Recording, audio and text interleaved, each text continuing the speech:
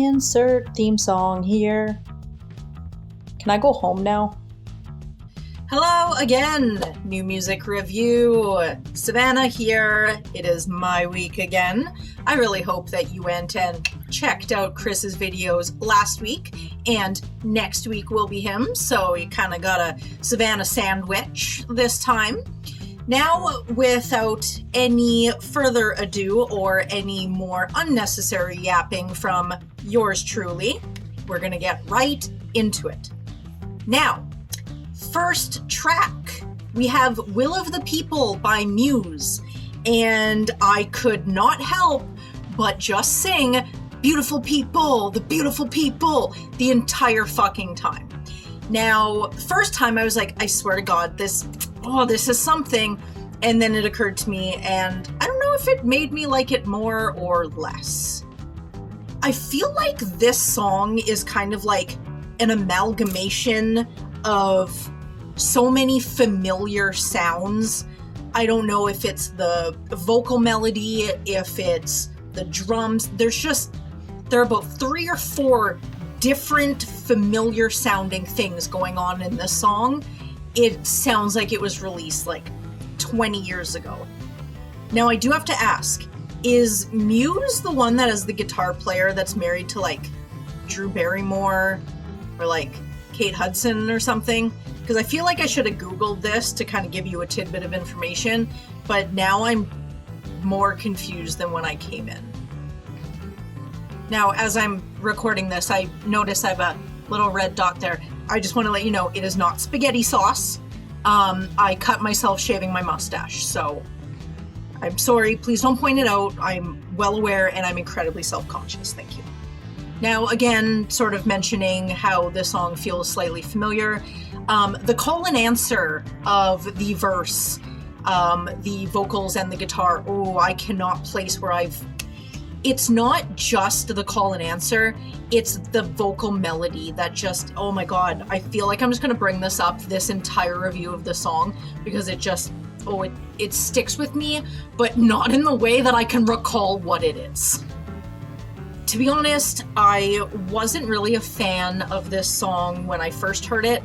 I feel like it's kind of growing on me, maybe 2% each listen.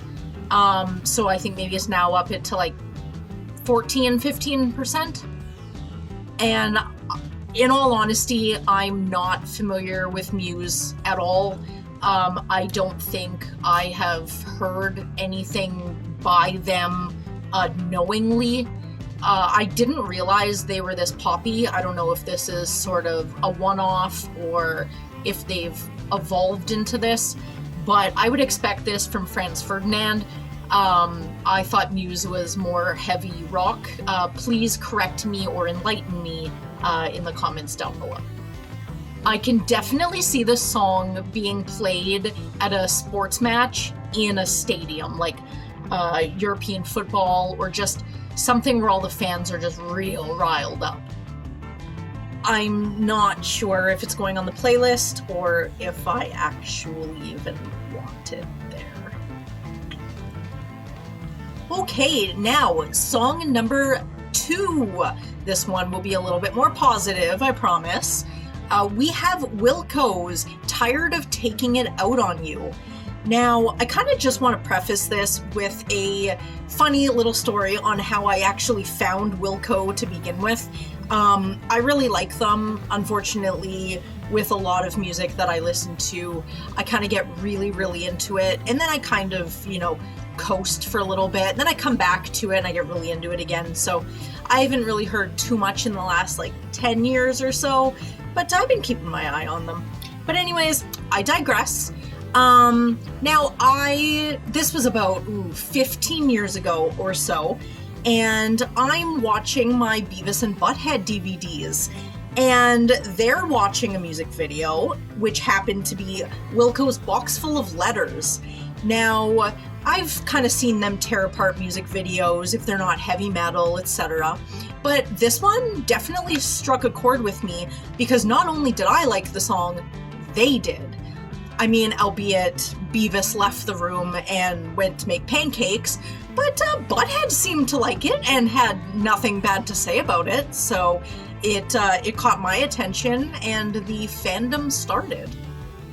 And in all honesty, their new record came out in early mid-May, but I like them, so let me have this one. It's still new. Now, I like Wilco's sort of rockier songs, like the song Monday or Out of Sight, Out of Mind, but I really do like when they go back to sort of their, quote, roots from the sort of sound that they had on their first album, kind of like a country sort of twang kind of deal. That's what this definitely reminds me of, and it's kind of nostalgic in a way for me. I know they've released songs like that in the interim, but getting back into them, having this song be my introduction, kind of go full circle to the album that got me into them is kind of nice. I like that. I really like the vibe and the message of this song. I feel like I could listen to this forever, although it might make me cry if I did. And this song does make me want to cry. Not sob, but just kind of let the tears flow. I definitely connect to the emotion and the overall theme of the song. Musically, I like the dreamy steel guitar behind the acoustic, and I enjoy how it's all kind of flowy. This is going on the playlist along with every other Wilco song I've ever heard in my entire life. Now, a numero trois, we have Panic at the Disco with Viva Las Vengeance. Now, I do want to ask, is Panic at the Disco even a band anymore, or is it just kind of like Brandon Urie's sort of solo project? Because I've heard some things, I don't listen to them religiously, but I always just assumed it was just him.